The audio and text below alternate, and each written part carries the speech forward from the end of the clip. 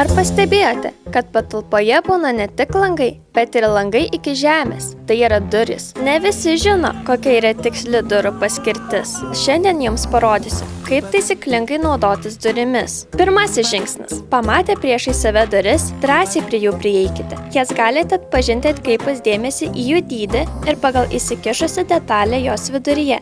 Beje, tai yra rankena. Antrasis žingsnis.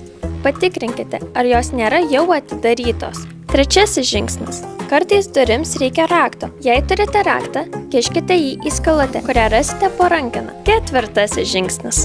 Laikydami už rankenos, duris stumkite arba traukite, kad atsirastų pakankamai didelis tarpas, pro kurį jūs tilpsite praeiti.